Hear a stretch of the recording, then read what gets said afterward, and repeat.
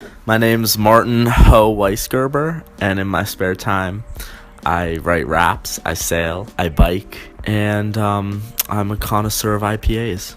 So I grew up half my life in Jamaica Plain and then half my life in Brookline. I wasn't rapping when I was in Jamaica Plain. I started rapping when I was in Brookline, and I got a lot of shit for rapping in Brookline. A lot of people would make fun of me, which I always found kind of funny. I'd never get butthurt about it because I wasn't good. Like I'm not fronting and pretending I was good at rapping, but people would make fun of me and I just laugh. Like, it's no different from you going to karate every day after school and sucking at that. Like, it's just a hobby that you like doing and you're gonna do it. My inspiration from music comes a lot of the time, oddly enough, from my studies of history, because I'm a history major, and just by reading and of course listening to other music and just having the desire to write stuff and write stories. Yeah, in rapping you always want to flex a little bit. That's just a part of rap. You have to have tracks that are flexing, that people realize that you're serious about rapping. But on the other side of things, it is also important to show that you're versatile and that you can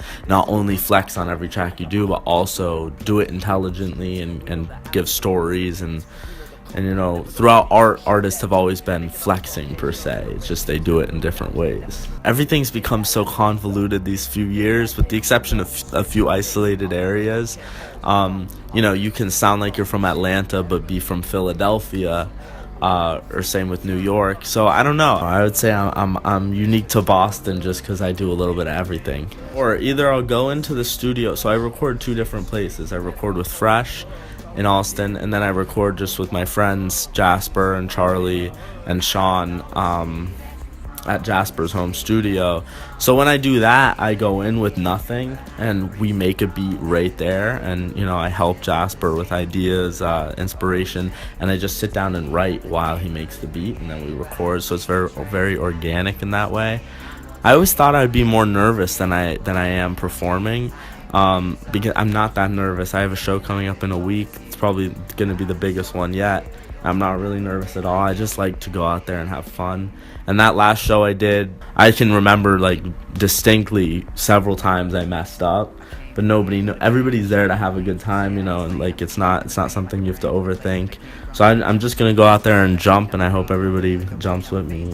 A lot of my inspiration is derived from reading, but a lot of inspiration is also derived from listening to the news, certain news outlets, not all, and reading the news and just keeping up with the current events happening, not only here but around the world too, because that's a big part of my rap too. Is I might not make a song entirely political, but if you read my lyrics, there are definitely many bars in there that have political undertones, and I love doing that. I don't want to be blatant about it and obnoxious about it, because that's easy to do, is just to make a song that's completely political and where you're complaining the whole time. But it's better to do it in a satirical way. At least for me, it's better to do it in a satirical way where I can these cool little lines here and there that kind of poke fun at these asshole politicians.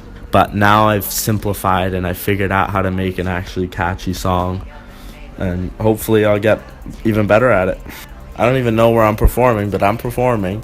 And Heartbreak Mafia coming soon, Lil Mar on the track, boy.